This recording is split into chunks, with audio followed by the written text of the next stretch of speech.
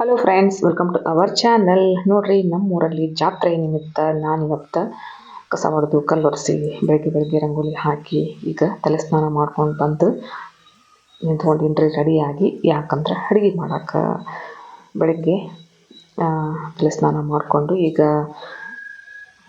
ನಾನು ಗೋಧಿ ಹುಗ್ಗಿ ಮಾಡ್ಬೇಕು ಅಂದ್ಕೊಂಡೆ. ನೋಡ್ರಿ, ಕೆಲವರು ಹೋಳಿಗೆ ಮಾಡ್ತಾರೆ, ಕೆಲವರು ಮಾದಲಿ ಮಾಡ್ತಾರೆ. ಹಂಗೆ ನಾನು ಒಬ್ಬಾಕೆ ಇರೋದ್ರಿಂದ ಮತ್ತೇನು ಮಾಡೋದಾದ್ರೆ ಹಾಗಾಗಿ ಗೋಧಿ ಹುಗ್ಗಿ ಮಾಡ್ಬೇಕು ಅಂದ್ಕೊಂಡಿನಿ. ಈಗ ನೋಡ್ರಿ, ಅರ್ಧ kg ಕುಟ್ಟಿದ ಗೋಧಿಯನ್ನು ರಾತ್ರಿನ ನೆನೆ ಇಟ್ಟಿದ್ದೆ ನಾನು.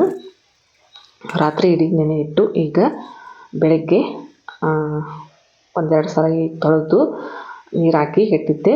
ಈಗ ಅದೇ ಕುಕ್ಕರನ್ನು ಗ್ಯಾಸ್ ಮೇಲೆ ಇಟ್ಟು ಒಂದು 5-6 ಸೀಟಿ ಹೊಡೆಸ್ಬೇಕು ನೋಡ್ರಿ. ಯಾಕಂದ್ರೆ ಆಗಲೇ ಎಲ್ಲ ಫುಲ್ ನೆಂದು ಬಿಟ್ಟೈತೆ. ಅದು ಒಂದು 5-6 ಸೀಟಿ ಹೊಡೆಸೋನು. ಅದ್ರೊಳಗೆ ಕಡಲೆಬೇಳೆ ಹಾಕ್ತಾರೆ, ಕೆಲವರು ಅಕ್ಕಿ ಹಾಕ್ತಾರೆ. ನಾನು ಸ್ವಲ್ಪ ಕಡಲೆಬೇಳೆ ಹಾಕಿ ಮಾಡ್ತೀನಿ. ಈಗ ನೋಡ್ರಿ, ಕುದಿಯೋಕ್ಕಿಟ್ಟೀನಿ. ಒಂದು ಸೈಡ್ ಚಾಕಿಟ್ಟೀನಿ.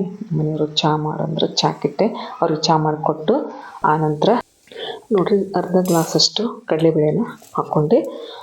ಆನಂತರ ಇದನ್ನು ಸ್ವಲ್ಪ ತೊಳೆದು ಒಂದು 2 ಸಾರಿ ತೊಳೆದು ಇದನ್ನು ಸ್ವಲ್ಪ ಬೇಯಿಸೋಕ್ಕಿಟ್ಟು ನೋಡ್ರಿ, ಒಂದು 5 ನಿಮಿಷ ಬೇಯಲಿ ಅಂತ. ಯಾಕಂದ್ರೆ ನಿನ್ನೆ ರಾತ್ರಿನ ಗೋಧಿನ ನೆನೆ ಇಟ್ಟಿದ್ನಲ್ಲ, ಅದು ಸಖತ್ತಾಗಿ ನೆಂದಾಗ್ಬಿಟ್ಟಿತ್ತು. ಅದೇನಿನ್ನೂ ಜಾಸ್ತಿ ಹೊತ್ತು ಇದು ಬೇಯಿಸ್ಕೊಳ್ಳಲ್ಲ ಅಂಥೇಳಿ ಇದನ್ನು ಸ್ವಲ್ಪ ಒಂದು 5 ನಿಮಿಷ ಬೇಯಲಿ ಅಂಥೇಳಿ ನಾನು ಇದನ್ನು ಕಡಲೆಬೇಳೆನ ತೊಳೆದು ಆಲ್ರೆಡಿ ಬೇಯಕ್ಕೆ ಇಟ್ಟಿದ್ದೆ. ಆನಂತರ ಅರ್ಧ ಗ್ಲಾಸು ಸ್ವಲ್ಪ ಜಾಸ್ತಿ ಆಯ್ತು ಏನೋ ಅನ್ನಿಸ್ತು ನನಗೆ. ಇನ್ನೂ ಸ್ವಲ್ಪ ಕಡಿಮೆ ಹಾಕಬೇಕಾಗಿತ್ತು. ನೋಡಿರಿ, ಈಗ ಒಂದು 4-5 ಸೀಟಿ ಆಗಿಂದ ತೆಗೆದೆ ನಾನು ವಿಸಿಲಾಗಿಂದ. ನಾವು ಹಾಗೆ ಡೈರೆಕ್ಟ್ ಮಾಡಿದ್ನಂದ್ರೆ ಎಷ್ಟು ಕೂಗಿಸಿದ್ರೂ ಜಲ್ದಿ ಬೇಯಂಗೆ ಇಲ್ಲರಿ ಗೋಧಿ. ಯಾಕಂದ್ರೆ ಇಡೀ ಗೋಧಿ ಇರುತ್ತಲ್ಲ, ಸಿಪ್ಪಿ ಮಾತ್ರ ತೆಗೆದಿರ್ತಾರೆ. ಈಗ ನೋಡ್ರಿ, ಚೆನ್ನಾಗಿ ಕುದ್ದೈತಿ, ಬೆಂದೈತಿ, ಜಾರತ್ತಂಗೆ ಕೈಯಾಗ ಚೆಂದಾಗಿ ಬೆಂದಿತ್ತು. ಈಗ ಈ ಸಮಯದಲ್ಲಿ ನಾನು ಆಲ್ರೆಡಿ ಸ್ವಲ್ಪ ಬೇಯಿಸಿ ಇಟ್ಕೊಂಡಿದ್ದೆ, ಇದನ್ನು ಹಾಕ್ತೀನಿ ನೋಡ್ರಿ. ಈಗ ಇದನ್ನು ಹಾಕಿ ಮತ್ತೆ ಇನ್ನೊಂದು 2 ವಿಸಿಲನ್ನು ಕೂಗಿಸ್ಕೊಳ್ತೀನಿ.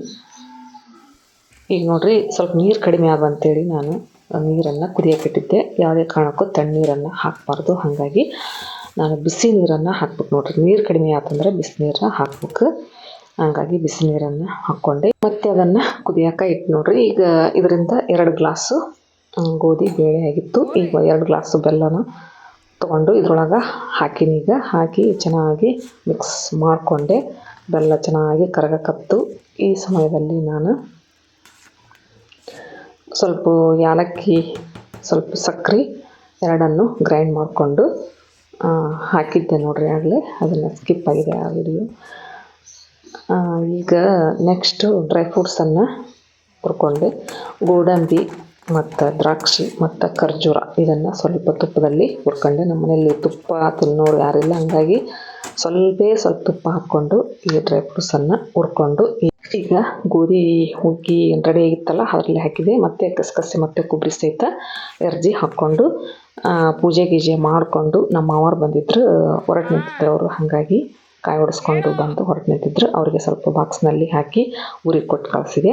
ಈಗ ನಾನು ರೆಡಿಯಾಗಿ ನೋಡ್ರಿ, ರೆಡಿಯಾಗೀನಿ. ಎಲ್ಲಿಗೆ ಅಂದ್ರೆ ನಾವು ಒಂದು ಮನೆ ಓಪನಿಂಗಿಗೆ ಹೊರಟೀವಿ.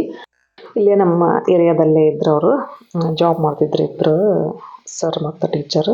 ಹಂಗಾಗಿ ಅವರ ಮನೆಯ ಗೃಹ ಪ್ರವೇಶಕ್ಕೆ ನಾವು ಈಗ ರೆಡಿಯಾಗಿ ಹೊರಟೀವಿ. ಜಾತ್ರೆಯಲ್ಲೇ ಬಂತು ಮತ್ತು ಅನಿವಾರ್ಯವಾಗಿ ಮನೆಯಲ್ಲಿ ರಿಲೇಷನ್ಸ್ ಬಂದಿರಲಿಲ್ಲ. ಮಾವರೊಬ್ಬರು ಬಂದಿದ್ದರು, ಅವ್ರಿಗೆ ಸ್ವಲ್ಪ ಕೆಲಸ ಇತ್ತಂತ ಹೊಲ್ದಾಗ, ನಮ್ಮ ಮತ್ತು ನಮ್ಮ ಗಂಡನ ಮನೆಯಲ್ಲಿ ಎಲ್ರದ್ದು. ಹಾಗಾಗಿ ಅವ್ರು ಬರಲಿಲ್ಲ, ಮಾವರು ಅಷ್ಟೇ ಬಂದಿದ್ದರು, ಅವ್ರಿಗೆ ಕೊಟ್ಟು ಕಳಿಸಿದೆ. ನೆಕ್ಸ್ಟ್ ನಮ್ಮ ಮನೆಯವರು ಬರೋರಿದ್ದರು, ಇನ್ನೂ ಬರಲಿಲ್ಲ ಅವರು. ಹಾಗಾಗಿ ನೀನು ಹೋಗಿ ಬಂದ್ಬಿಡು ಅವ್ರ ಜೊತೆಗೆ, ಎಲ್ಲರ ಜೊತೆಗೆ ಎಲ್ಲರೂ ಸೇರಿ ಹೋಗ್ಬಿಡ್ರಿ ಅಂದ್ರೆ ನಮ್ಮ ಅವರು ನಮ್ಮ ಮನೆಯವರಿಗೆ ವೇಟ್ ಮಾಡಕತ್ತಿದ್ರು. ಅವ್ರನ್ನ ಮನೆಯಲ್ಲಿ ಕೂಡಿಸಿ ನಾನು ಹೊಂಟಿ ನೋಡ್ರಿ ಆಟೋದಾಗ. ಎಲ್ಲರೂ ಸೇರಿ ಒಂದು ಆಟೋ ತೊಗೊಂಡು, ಭಾಳ ಜನ ಆಗಿದ್ವಲ್ಲ, ಹಾಗಾಗಿ ಸ್ವಲ್ಪ ದೂರ ಆಗುತ್ತದು ಮನೆ. ಹಾಗಾಗಿ ಆಟೋ ತೊಗೊಂಡು ಹೊರಟ್ವಿ.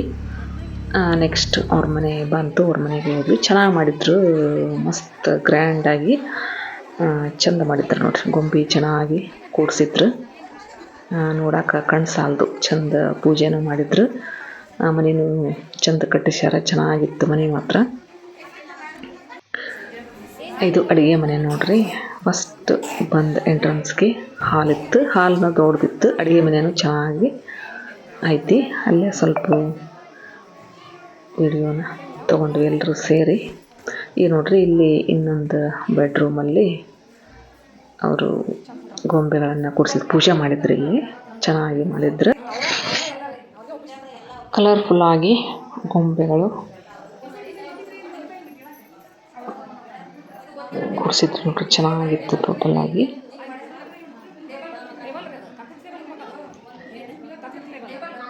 ಮೂರು ಬೆಡ್ರೂಮಿನ ಮನೆಯನ್ನು ಮಾಡಿದ್ರು. ಅವ್ರಿಗೆ 2 ಮಕ್ಕಳು, ಹಾಗಾಗಿ ಇರಲಿ ಸಪ್ರೇಟ್ ದೊಡ್ಡವರಾದಂಗೆಲ್ಲ ಸ್ವಲ್ಪ ಸ್ಟಡಿಗೆ ಬೇಕಾಗುತ್ತಾ ಅಂತೇಳಿ 3 ಬೆಡ್ರೂಮನ್ನು ಮಾಡ್ಕೊಂಡಿದ್ರು.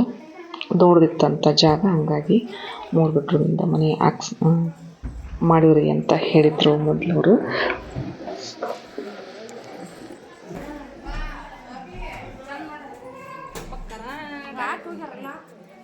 ಈ ರೀತಿ ಮನೆಯೆಲ್ಲ ಅಡ್ಡಾಡ್ಕೊಂಡು ನೋಡಿಕೊಂಡು ಕಣ್ ತುಂಬಿಕೊಂಡು ನೆಕ್ಸ್ಟು ಮತ್ತು ಅವರು ಟೀಚರ್ನ ಕುಂದ್ರಿಸಿ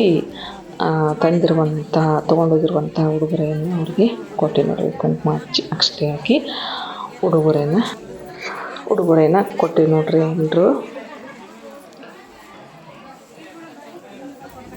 ನನ್ನ ವಿಡಿಯೋ ನಿಮಗೆ ಇಷ್ಟ ಆಯಿತು ಅಂದರೆ ಪ್ಲೀಸ್ ಒಂದು ಲೈಕ್ ಮಾಡಿ, ಶೇರ್ ಮಾಡಿ. ಹೊಸದಾಗಿ ಮಾಡೋದು ನನ್ನ ಚಾನಲನ್ನು ಸಬ್ಸ್ಕ್ರೈಬ್ ಮಾಡ್ಕೊಂಡು ಸಪೋರ್ಟ್ ಮಾಡಿ.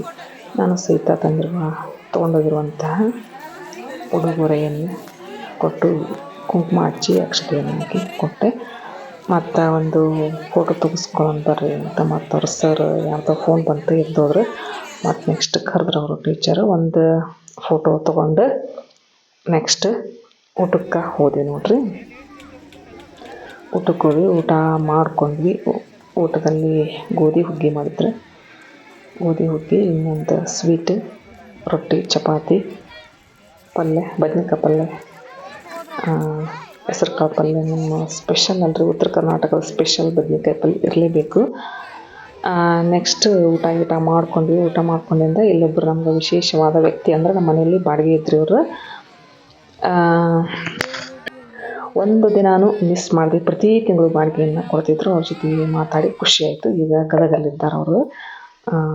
ತಾವು ಮನೆ ಸ್ವಂತ ಕಟ್ಟಿಸಿದ್ರಲ್ಲ, ಗದಗ ಹೋದ್ರು. ಈಗ ನೋಡ್ರಿ ನೆಕ್ಸ್ಟ್ ಮನೆಗೆ ಬಂದ್ವಿ. ನಮ್ಮ ಮನೆಯವರು ಊಟ ಮಾಡಿಕೊಂಡು ಮತ್ತು ಒಳ್ಳೆ ಅಂಗಡಿಗೆ ಹೋಗಕ್ಕೆ ರೆಡಿ ಆದರು. ನಾನು ಈ ಲಾಗನ್ನು ಇಲ್ಲಿಗೆ ಮುಗಿಸ್ತೀನಿ. ನೆಕ್ಸ್ಟ್ ಸಿಗೋಣ, ಬಾಯ್.